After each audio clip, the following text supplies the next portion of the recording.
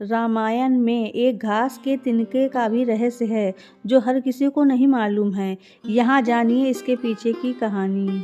Ramayan serial in दिनों TV पर बड़े चाव से देखा जा रहा है। दर्शकों ने ध्यान दिया होगा कि रावण की कैद में लंका स्थित वाटिका में सीता माता जिस वृक्ष के नीचे बैठती थी, वहां वे अपने हाथ में घास का तिनका लेकर रखती थी। जब भी रावण वहां आता था, सीता माता उस तिनके को उठा लेती हैं। बहुत सारे लोगों को इसका वास्तविक कारण नहीं पता होगा, लेकिन हम आपको इसकी वजह बता रहे हैं।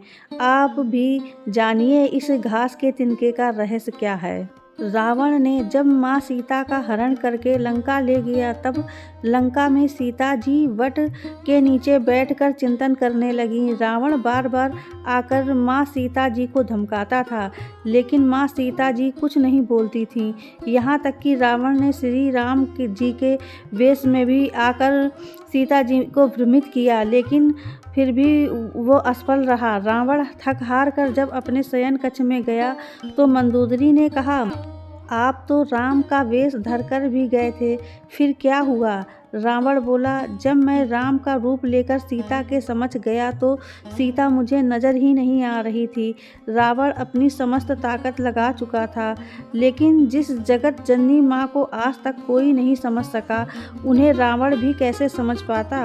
रावण एक बार फिर आया और बोला, मैं तुमसे सीधे संवाद करता हूँ, लेकिन तुम कैसी नारी हो कि मेरे आते ही घास का तिनका उठाकर उसे ही घूर घूर कर देखने लगती हो। क्या घास का तिनका तुम्हें राम से भी ज्यादा प्यारा है? रावण के इस प्रश्न को सुनकर माँ सीता जी बिल्कुल चुप हो गईं और उनकी आंखों से आंसुओं की धार बह पड़ी।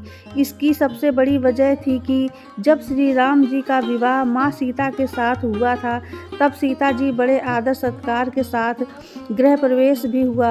बहुत उत्सव मनाया गया। प्रथानुसार नववधू विवाह पश्चात जब ससुराल आती है तो उसके हाथ से कुछ मीठा पकवान बनवाया जाता है, ताकि जीवन भर घर की मिठास बनी रहे। इसीलिए माँ सीता जी ने भी उस दिन अपने हाथों से घर पर खीर बनाई और समस्त परिवार, राजा दशरथ एवं तीनों रानियों सहित चारों भाइयों और ऋषि संत भी भोजन पर आमंत्रित थे। माँ सीता ने सभी को खीर परोसना शुरू किया और भोजन शुरू होने ही वाला था कि जोर से एक हवा का झोंका आया।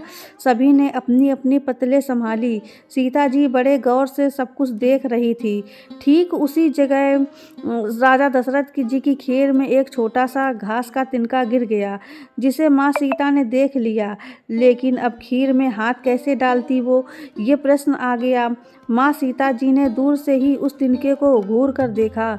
वह जलकर राख हो गया, एक छोटी सी बिंदु बनकर रह गया।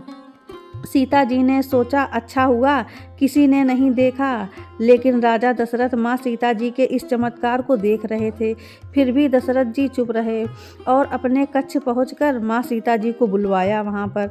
फिर उन्होंने सीता जी से कहा कि मैंने आज भोजन के समय आपके चमत्कार को देख लिया था। आप साक्षात जगत जननी स्वरूपा हैं, लेकिन एक बात आप मेरी जरूर याद रखना, आपने जिस नज़र से आज उस तिनके को देखा था, उस नज़र से आप अपने शत्रु को भी कभी मत देखना। इसीलिए माँ सीता जी के सामने जब रावण आता था तो वह घास के तिनकों को उठाकर राजा दशरथ जी की बात याद कर लेती थी। इसीलिए माता सीता जी चाहती तो रावण को उस जगह पर ही राख कर सकती थी, लेकिन राजा दशरथ जी को दिए वचन एवं भगवान श्री राम को रावण वध का श्रेय दिलाने हेतु वो शांत रहीं। ऐसी विशाल हृदय थी हमारी जानकी माता। जय हो प्रभु श्री राम जी की।